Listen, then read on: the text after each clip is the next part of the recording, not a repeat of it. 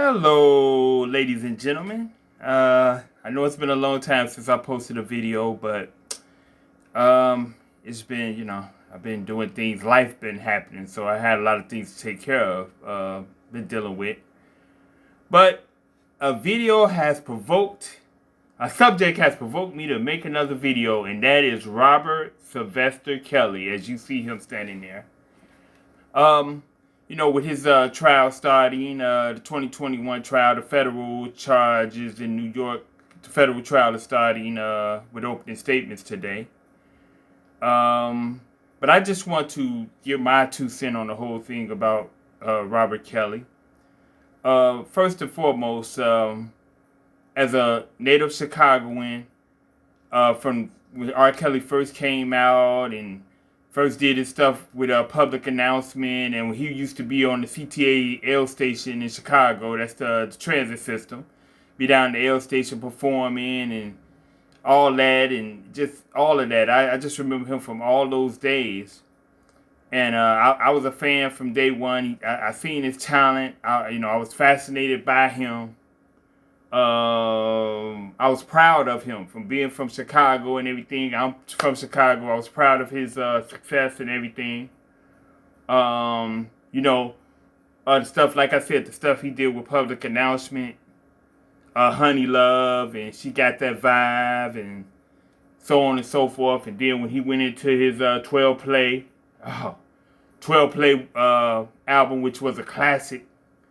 And and just so on and so forth. Everything that he went, everything else he did. TP3, Chocolate Factory, Love Letter, all that stuff. And Ignition, and just on and on and on and on. Step in the Name of Love, all and all, on and on and on and on. Just hits for days. But when he reached early on, like in 1994. When he first came out, like 1993, 94, when he was helping Aaliyah. When he helped Aaliyah and he produced and wrote her album, I did start getting, I wasn't fully there to think that anything was wrong, but it did look a little suspicious, with the infamous interview on BET that him and Aaliyah had. All the other stuff, the songs, Age Ain't Nothing But a Number, all the other stuff, and this and that. But we wasn't really, as I remember it, we wasn't all really sure of her age at the time. We thought that she was young, because I remember I talked to a lot of my friends at the time and people who I knew. We thought that she was young, but we didn't know. We didn't know for sure. We didn't know. She just it was that iffy that she may have just looked younger than she actually was, And Aaliyah at the time used to play up the thing like she was trying to give a look of youngness, but she might have been of age, like at least 18. She gave that kind of vibe, that on and off vibe. Even though she had a real slender boy-like body, we really didn't know what to think at the time. It was like up in the air. It looked suspicious, but not suspicious, if that makes sense. But anyway, then we went on, because we was not sure. There was rumors that she was this age. There was rumors that she was that age at that time. Now, we were not really sure how old she was until that marriage happened in 1994, where information came out that she was only 15 at the time of that marriage. We didn't even know at the time that she was 15, right at the time they got married. But we found out later, as the marriage was eventually annulled by her parents. Then we found out her real age, her actual age was 15. Birth certificate came up, so we knew that her actual age was 15. Robert Kelly was 27 at the time, 1994, when they got married.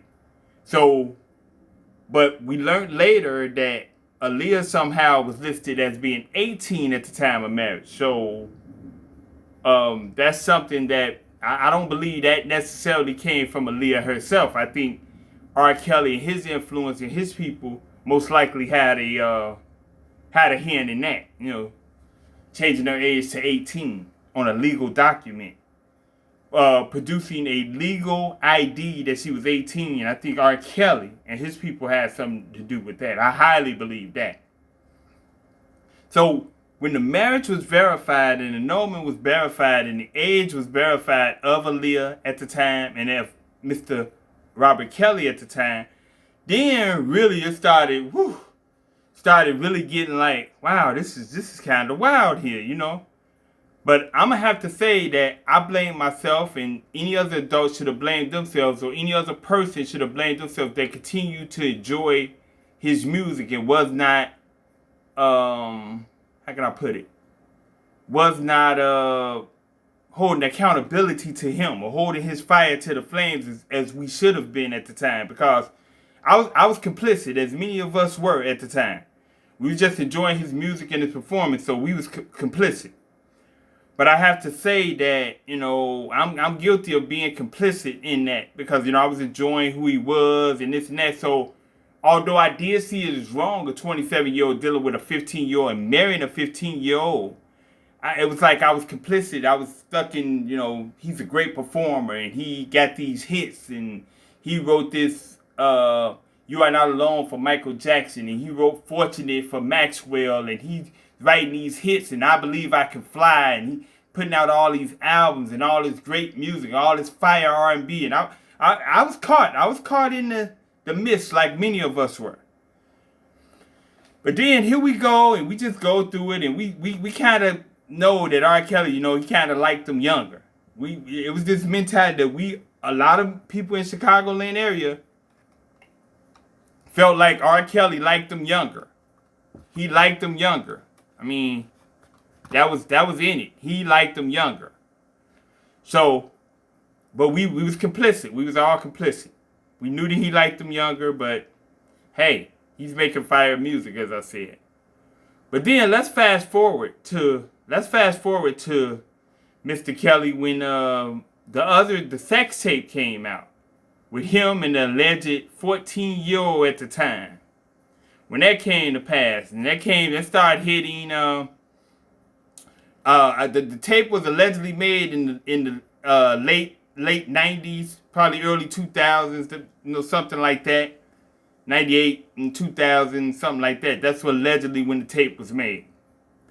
Now, the tape really hit. It started hitting hitting like wildfire in the early 2000s, though. It started hitting like wildfire in the early 2000, 2001, 2002, around that area. It started hitting like wildfire. You can get it at a flea market. You can get it at your street corner, like the sex tape and everything. I've never seen or viewed that whole sex tape. I've seen parts. I've seen still frames of it. I've seen little bits of it at times, through sources or whatever. But I've never seen the full sex tape. But, like I said, I've seen still frames and I've heard, other people express to me that they've seen it and what went on and stuff like that. But I would like to say that from what I've seen, the still frames, or for what I've seen, even though it was grainy, even though the tape was a little grainy and all that, that right there kind of did it for me because from the photos that I seen and from talking to people who actually seen the whole thing, the girl on that tape, on that sex tape, the way that her body looked, she looked like she was underage. But, she looked like her body wasn't full. She looked like a girl that was underage. And that definitely looked like Robert Kelly on that video. And go to think of it, that was a room, that the makeup of the room was exactly like a room in R. Kelly's previous home. So they would have to get the furnishings of the house of one of his previous residents, the room, they would have to get the furnishings exactly like the furnishings of a room in his previous residence. That's too much of a coincidence to me. That really raised my thing, like, wow. Wow, this is something. And I've when I talked to people who've seen the full tape, they said that at a point Robert Kelly himself adjusted the camera. So he got his full face in the grainy video and adjusted the camera. And it was no doubt that it was him. But, you know, and I'm looking at this and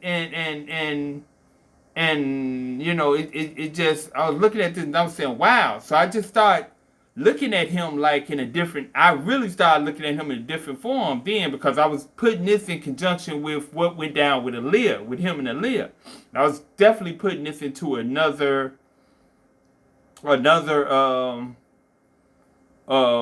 space, because it was conjoined. I conjoined these two things. Things went down with Aaliyah, with her marrying her when she was 15, he was 27, and this tape, and I'm starting to see, it's starting to be a little pattern here. Starting to be a little pattern here. And then, you know, all around Chicago, I don't know if it was around the country this way, that there was rumors flowing about. I'm not sure if they were true or not, but his brother said, his younger brother, Kerry, said it was true, but that he would offer Kerry like $50,000 and a house and something else if Kerry would take the charge for him and say that was him. His brother, Robert Kelly, offered his brother allegedly $50,000, a house and car, some other gifts, if Kerry would take the rap for him and say that was him, Kerry, in the video with the young lady. So, and like I said, his younger brother Kelly said that this was true. That Robert did come to him and offer him the money to say that was him.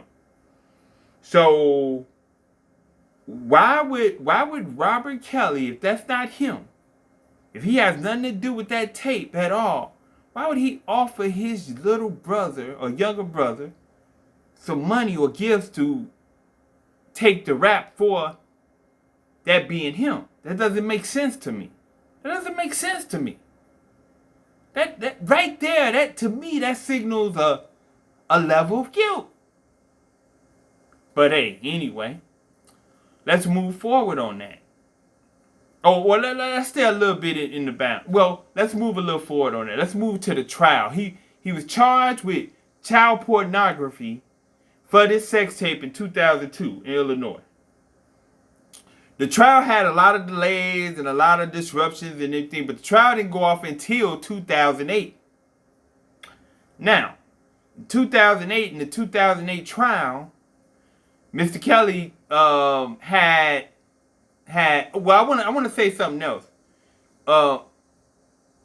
The young lady that was supposed to be in the sex tape was the niece of one of R. Kelly's proteges at the time, Sparkle, which everybody's heard of Sparkle. That's one of Robert Kelly's proteges at the time.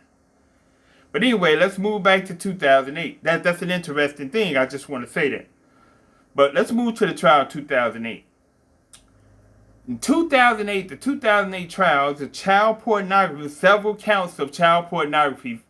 Basically, center thing of that case was the sex tape with the alleged 14-year-old. Now, the case goes on. R. Kelly is charged with this child pornography with this alleged 14-year-old at the time.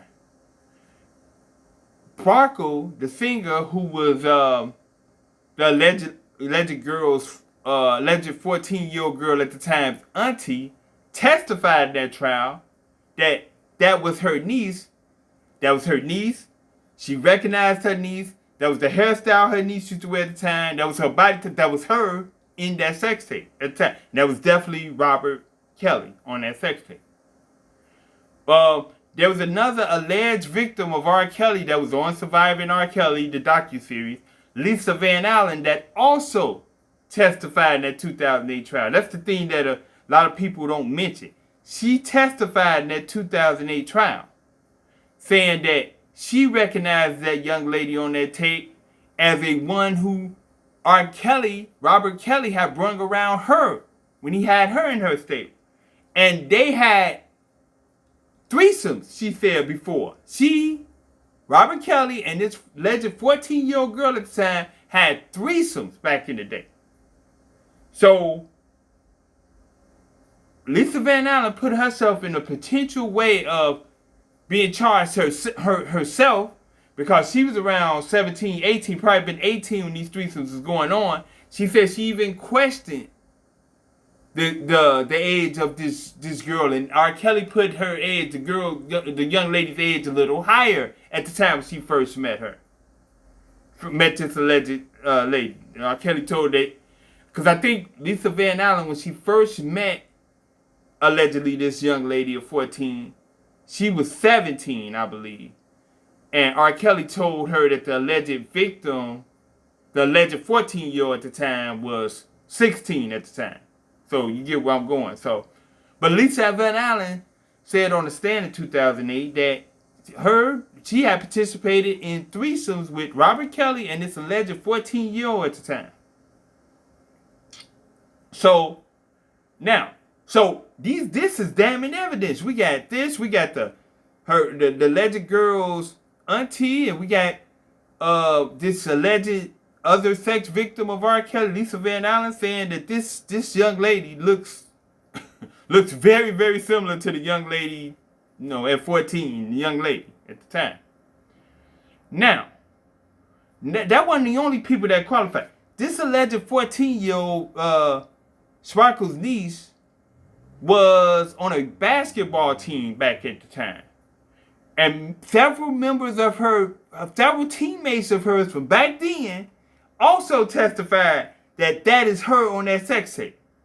Now, I don't know how many of y'all played sports before, but I'm not saying that you necessarily see your teammates naked. I'm not saying that. But if you around them a lot, you're kind of familiar with their body type. You're kind of familiar with their look and how they look back when you was a teammate with them. You kind of have a general idea how they look as far as physically. Not necessarily naked, of course. I'm not saying nothing gruesome like that, but I'm saying as far as their body type, as far as the way they used to wear their hair, as far as this. So, and I think the coach, I think the coach of that basketball team also testified, but I'm not sure of that. So all these people testified that that's her on that tape. Now, on that sex tape. Now, and let's add that R. Kelly was showing up at he showed up at a couple of this young lady's basketball games. Why is he showing up at this 14-year-old's basketball games? He's not a parent as far as he know he. I don't think he necessarily was what is he showing up at the games for? Matter of fact, the young lady that's allegedly in that sex tape was a part of a family group, a family rap group or a music group that R. Kelly's supposed to have been helping. But he took a special interest to her. I guess she was the most talented, or he saw her as the most talented, but he took a special interest into her. I don't think she ever released nothing under R. Kelly label, under R. Kelly's brand, but she miraculously seemingly shows up on a sex tape with somebody who looks very familiar, very much like Robert Kelly. That's interesting. But anyway, let me go back to the 2008 trial. Her mother, the alleged 14-year-old, although Sparkle testified that was her niece on that tape at 14, the alleged 14-year-old's parents denied that was their daughter. They denied that was their daughter. They denied that was their little girl on the tape. But it's alleged that the mother and the father were paid off by Robert Kelly to say that was not their daughter. Matter of fact, the father, rest in peace, he passed away recently, I think last month. I think it was a month ago now, or a couple of weeks ago, about a month ago now. Rest in peace to him. He played in R. Kelly's band for many years. So he was like a guitarist or something in R. Kelly's band. So that's almost that's a benefit to him to say that's not his daughter, because you take that bag. He's working. He got a job. He guitars for R. Kelly. So can't say that's his daughter. He's working. What you think gonna happen to his job? R. Kelly was probably paying him. I don't know this for sure. Probably paying him more than going rate for a guitar player. I guarantee you that probably was paying them way more than the average rate for a guitar player. But anyway, so the parents of the alleged 14-year-old said that's not our daughter. That's not our daughter. Vehemently denied that was their daughter. The young lady herself, who would have been about, I would say, who would have been about her early 20s, I would say, at the time of the trial, she denied to testify. She refused to testify. Now, this one of the questions that I always have from the 2008 trial. You know, you hate to take somebody who was a victim, who high probability that they were a victim, a sex victim, and put them on the stand. But and I'm not trying to be ruthless like that, because I'm not trying to throw salt. I think everybody should come out on their trauma. They should come out at their own time. I kind of agree. I kind of am with that. But this young lady is refusing to testify on a tape and she didn't show up in court at all. But my thing is, okay, the thing that I think about and go through my head is, I can understand the prosecution side of not calling her because they don't want to re-traumatize her if that was actually her on the tape. Because the prosecution could have subpoenaed her to come in. If she refused, they could have subpoenaed her. They could have did that. But I don't think they wanted to re-traumatize her. It wouldn't look right. I understand that. So I could kind of understand that. But I was wondering why R. Kelly's defense didn't subpoena her or ask her to come to trial. Because she's refused. See, everybody took her refusal to testify. A lot of supporters of R. Kelly took her refusal to testify like she's saying that wasn't her. Okay, she's in her early 20s. Why don't she willingly come and come for the defense and stay on open court? That's not me. I know she would open herself up to cross-examination for the prosecution, but that trauma shouldn't be there. That childhood trauma shouldn't be there, because if she's correct that wasn't her on the tape, then she, as the prosecution can question her, she can tell them bluntly and straightly, because she's in her early 20s, that's not me.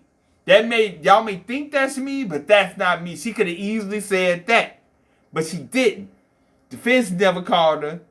So the prosecution never called her for good reason, I believe, but the defense never called her. And I think part of why the defense didn't call her or subpoena her to come in and say that's her, because that jury, this is just my own thing, this is my belief, that jury would have been able to look at her in her early 20s, compare her body type to that type that was on that tape from when she was allegedly 14. And that's why I think she wasn't in the court at all. That's why I believe. Because, I mean, you can kind of see. I mean, I know there's a change. There's probably a change between 14 and early 20 something between, a woman's body. I understand that. But you can make some you can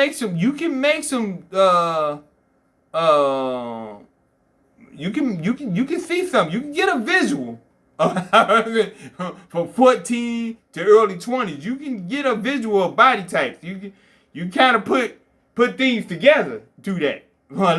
Alleged 14 and early 20 something. You probably can put dots together. Dots can be probably put together as far as height, as far as the general body type and this and that. So that's what I believe. That's what I believe about the defense, and why the defense wouldn't have had her come in, or the defense wouldn't have had her did this. Now, if she's refusing to even come and testify for the defense, that's a problem too, because that's like her saying, that's me on the tape, but I'm not trying to deal with that at this point. So I don't know how supporters of R. Kelly see that as a win for him anyways. In any way, somebody explain that to me and make it make sense. How, if they're alleging that your client, Robert Kelly, was having sex with a 14-year-old, which is a major crime, and the supporters are trying to say because she refused to testify, which was the main main reason that he ended up getting found not guilty in that 2008 case because she didn't testify. You're going to tell me that this same young lady would not come in, if she's pro R. Kelly, which a lot of people have said over the years, she was still pro R. Kelly and R. Kelly Gracie, she wouldn't want to come in that court and save R. Kelly and say, that's not me on that tape. There's a reason why she didn't do it. And I've told you my reasons why I believe she didn't do that. Because like I said, she didn't have to come for the prosecution. She could have came as a defense witness, which she didn't do. Which she did not do. That speaks volumes to me. That speaks volumes. I refuse to testify. She's the main reason he got found not guilty. Because she refused to come in. That, and with her, that was in conjunction with her parents denying that was her on the tape. That's why he got found not guilty. Let me clarify. Her refusing to testify, her parents saying that's not her, was why he got found not guilty. Because I truly believe her parents would have identified her, that to be her on that tape, around 14 years old. R. Kelly in 2008 would have been cooked. And the only thing that would have been able to save him would have been for this young lady herself to testify and say that wasn't her. That would have been the only thing that he would have had to have a chance to get found not guilty if her parents would have said, hey, that's our baby girl right there around the age of 14. But anyway, that didn't happen. The parents took the money, I believe took the bag and said, that's not our daughter. Okay, so that went on. The young lady refused to testify. Okay, so R. Kelly gets not guilty. Now, when R. Kelly gets not guilty in that trial, gets off and gets not guilty, he meets a young lady at his trial, Gerarda Pace, who a lot of people try to attack. Now, a lot of you seen the Surviving R. Kelly documentary, or you've heard Gerarda Pace on interviews and all around this and that. Yes, I agree with a lot of supporters. Gerarda Pace did say, even on the docu-series, she said that she claimed that she was 18 at the time she met R. Kelly. She did claim that. But we did see some of the video footage of her at that time outside that trial. She looked nothing like 18. She damn near didn't look 15. She looked like she was 12. Somebody tell me I'm wrong. She looked like she was 12. So, I mean, okay. So she told she was 18. Okay. Now, but in the docuseries, Gerarda did say before she had sex with R. Kelly knew her age. And whether we believe her or not, I don't know if we believe her or not. But what she said, in effect, was she had told him that, I believe she told him that she was a virgin at the time. I'm not sure. I believe she said that she was a virgin at the time. And R. Kelly asked for her ID. I think she said R. Kelly asked for her ID because he suspected that she might have been younger. You know, if I remember right, I think she said he asked for her ID. She showed him her ID, like her school ID. And R. Kelly said something to the effect, it's okay you underage. And I think she was 16 at the time. I think she was actually 16 or something like that. But R. Kelly supposedly told her, that's okay. Just keep acting like you're 21 and say you're 19. Okay? Keep acting like say that you're 19 and act like you're 21 or something to that effect. Before you had sex with her for the first time. So, I don't know if we're going to believe that or not. I tend to believe it because I believe that R. Kelly knew, even before she said he checked her ID, I believe he knew that she was under 18. And I believe that was part of the attraction he had toward her. And, I mean, I just believe her story. She sounds like her. When I've seen Gerarda Pace's story so many times, she sounds like basically more or less she's telling the truth. She sounds like that. She's telling the truth. But we'll never know. I guess that will come out in court, information, this and that. But she sounds to me like she's telling the truth. You know, a lot of things that we're looking at and we're seeing and it's saying, wow, you know, let's talk about, let's just jump ahead. Let's talk about Dominique Gardner. I mean, she went in as a whole feminine looking girl and came out of his presence looking like a boy, like on the football team, like on his basketball team, looking like a little boy, tomboyish boy. So I'm just, I don't know. It's something going on. It's something there. I mean, it's something. R. Kelly is not all innocent in this. And what one thing we know, yes, these young ladies might have been, some of them might have been fast, like young ladies tend to be. Teenage girls, you know, they tend to be, some of them tend to be a little fast. But R. Kelly was the grown ass adult. And I don't care what these supporters of R. Kelly trying to support him is. I don't give a rat's who if the parents brung these teenage girls naked to R. Kelly's house and knocked on the door. R. Kelly is a grown ass man, had the right, the authority, and everything else to tell them, get y'all ass away from my house with that shit. I ain't taking nothing. I don't want them. I'm grown as man. A teenage girl ain't got nothing for me. But he didn't. He indulged. And I'm going to tell you how I know he indulged in many of these acts. He admitted it on TV with Gayle King, but people seem to forget that. When he was on Gayle King, he accused the parents, or the dad, I think he accused the parents of selling their daughters to a man. What the heck is that? This grown man, R. Kelly, Robert Sylvester Kelly, accused parents of selling their daughters to, what type of parent sells their daughter to a man? No, Ninja, get out of here with that. I mean, this is what I wish Gayle would have said. No, Ninja, get out with that. What type of grown man buys someone else's daughter? That's the point we need to be on.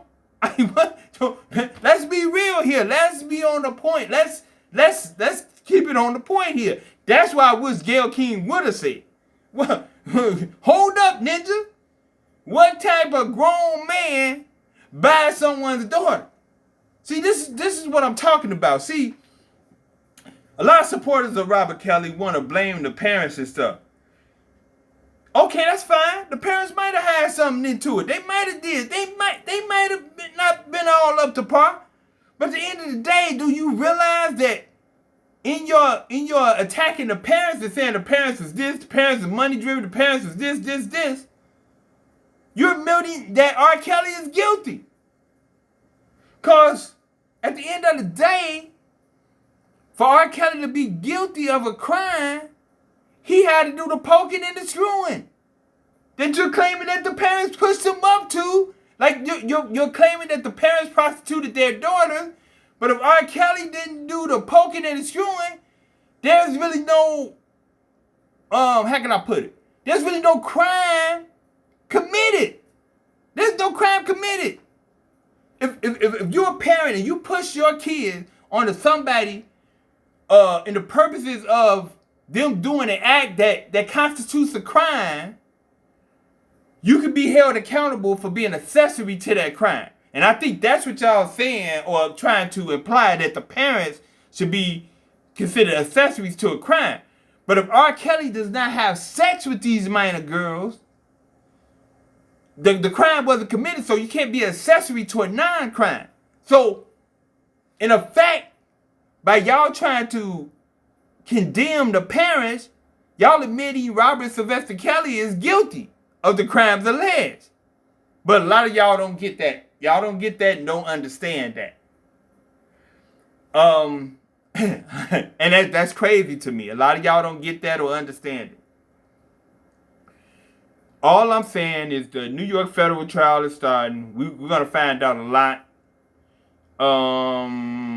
I wish the best for Robert Sylvester Kelly. This is unfortunate because, like I said, I was a fan of his. I felt like, very talented guy, and it's just a lot. I wish it wasn't so, but I definitely believe it is so. I believe he was crying out for help all these years that he never sought out himself or never got. That's the sad part of it. But the crimes alleged, I think he's guilty of most of it. I think he did a lot of it, and I don't think he really sees nothing wrong with it. The acts that he's done, I honestly don't think, but I think there was a crime. I think at the end of the day, no matter how many shady characters are involved in here, but you might think this person is shady, this is shady. R. Kelly is at fault. He's of his own downfall. He's at the fault of his own downfall. Because if he would never pulled his little wang out and stuck it in these young girls, he wouldn't be in this trouble that he's in. He allowed himself to get caught up in some I mean, just what type of 40-plus-year-old man looks at teenage girls as a sexual, a viable sexual partner? Ask yourself that. Ask yourselves that's a supporter. What type of 40-plus man, 30-plus man, look at 30, even 30-plus, even 20, what type of grown man looks at a girl, a teenage girl, in being a suitable sexual girlfriend or partner? What the hell is that? What is that? Ask ourselves, what is that? What the mentality? What is that? What is that? Anyway, I just want to say that it just boggles my mind, the people that support him and the logic that they're coming up with is absolutely ridiculous. It's absolutely ridiculous because anything and everything they come up with, it all comes back to the decisions of Robert Sylvester Kelly and his actions. And his actions are guilty as something else. And he's responsible for his own downfall, in my opinion.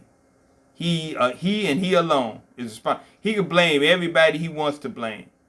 He can do whatever he wants to do, but him and only him is responsible for his downfall. Because he had a chance to he had a chance to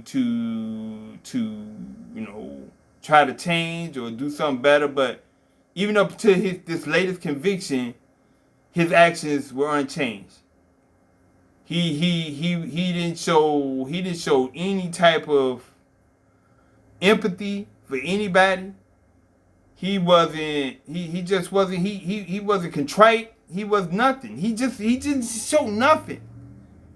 And I just think that in itself is not, that's terrible. That's Robert being Robert, I guess.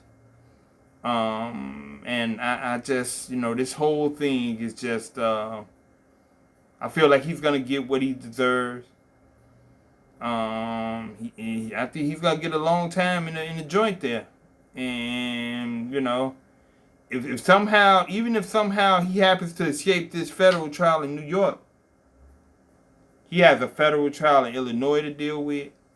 He has a state trial in Illinois to deal with, and he has a state trial in Minnesota to deal with. There's no way he's gonna escape all four of them. So, and through many charges. So, I just think that he got a long prison life in front of him.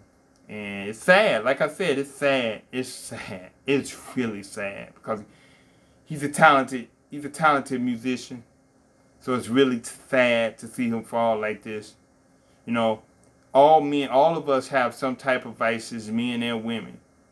And I think his vice and his major vice is the seduction of young girls, underage girls. And I think that's a vice that he could never break. And it's unfortunate. That is his downfall right there. And it's really sad. And that's all I wanted to say about Robert Sylvester Kelly. But y'all can put y'all comments below and tell me what y'all think about it. But I'm just letting y'all know what I think about it. I believe he's guilty. I believe he's guilty of all, if not all, most of the charges that's leveled against him.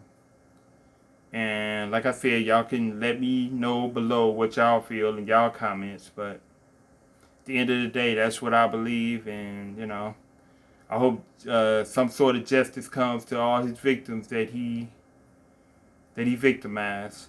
And, Oh, one more thing I just want to say. Some of the supporters believe that the main alleged victims that they have against Robert Kelly is the ones that was featured on that docuseries. No, it's not that. No, the main people that they have against him in this federal case here were not featured, were not even a part of the docuseries Surviving R. Kelly. So that's what people need to understand. The main people that they have against him in this federal trial, alleged victims, were not part of that docuseries Surviving R. Kelly. So I think the supporters need to stand back a little bit. They want to attack all the people that were part of the docuseries: Jerronda Pace, Lisa Van Allen, Dominique Gardner, Michelle Kramer, her mother, Asante McGee, Kitty Jones, Lizette Martinez, all these people. They want to, so on and so forth. They want to attack all these people. But those are not the main ones that's going to sink his boat in that federal trial. Most of those alleged victims were not.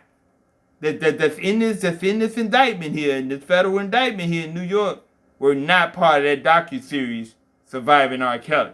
I just want people to know that. Oh, they got several other alleged victims on there that were not part of that docuseries, and they're gonna be devastating because most of his supporters are concentrating on the women that were in the docuseries, but I don't think they're gonna play major. I think their role is to tie the pattern. Now they're gonna tie the pattern loop there. But the ones that's gonna really sink them, in the way that I believe, is the one Aaliyah, who is a Jane Doe 1. Tiffany Hawkins, I think her name is Tiffany Hawkins, that met him sometime in 1991 when she was 15. That he had a settlement with, like, in 94.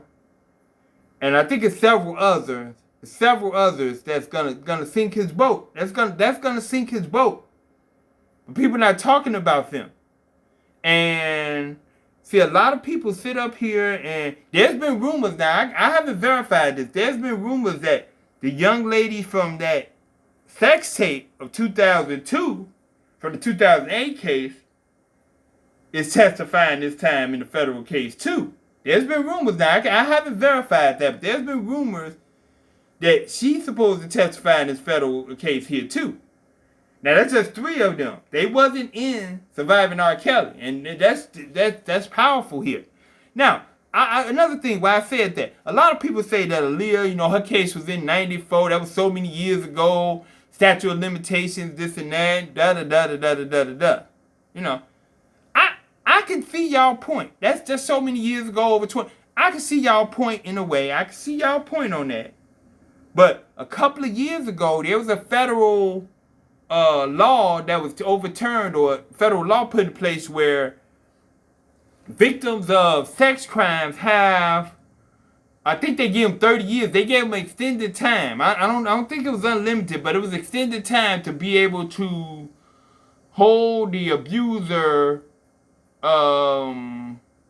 accountable for sex acts or some type of sexual abuse acts toward a minor.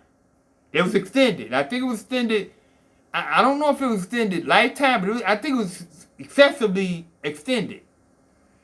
And while I can see y'all point in a way, that the supporters of him, that that was so long ago, that's something that you have to fight the law about, to get the law reversed.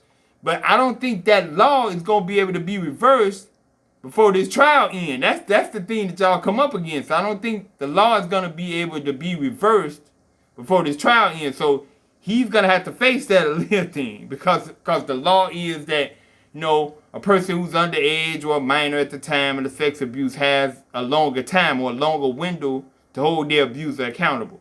And I think that's how the Aaliyah thing comes in. That's something where when they was putting that law in effect a couple of years ago and trying to change that law, that's when y'all should have been out protesting. Say, hey, that ain't a good law. You know, that's when y'all should have been fighting that law, and it probably would have helped. Probably would have been able to keep the Aaliyah charge out, but it's in, so that's something that he got to deal with. But anyway, that's all I really have right now on this case. And it's gonna be tough for Mr. Kelly there.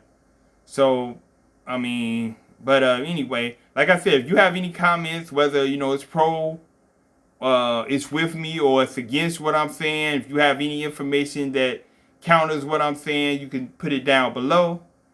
And like the video and share the video, and to all, peace, and you know, always shine light and be safe out here, because it's rough out here and there's some stuff going on out here. And most of all, think for yourself. Research for yourself.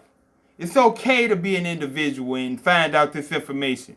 It's okay that somebody we seen as a hero or probably seen as a hero, they're not as much as a hero as we thought they were, or they wasn't the person that we thought they were, or their flaws come up. It's okay. It's okay. It's okay. But sometimes you just gotta reach, you gotta look below the surface. You know, I'm one that don't believe everything the media feeds me, but I try to do my own research, and I do my own research on things. You gotta look between the lines or underneath the carpet sometimes, and you know, you gotta find facts for yourself and uncover things for yourself as well and put it together. And you find out that you may find out that a little of the media feeding you is correct, and a little that this person is feeding you is correct. And a lot of you put it all together and you seek truth, seek actual truth in matters. And it would help all our lives be a little easier if we all seek truth, and rather than going by any person's narrative, whether it's the media, whether it's a blogger, whether it's anything. So with that said, I'm out, and I will talk to you soon. Later.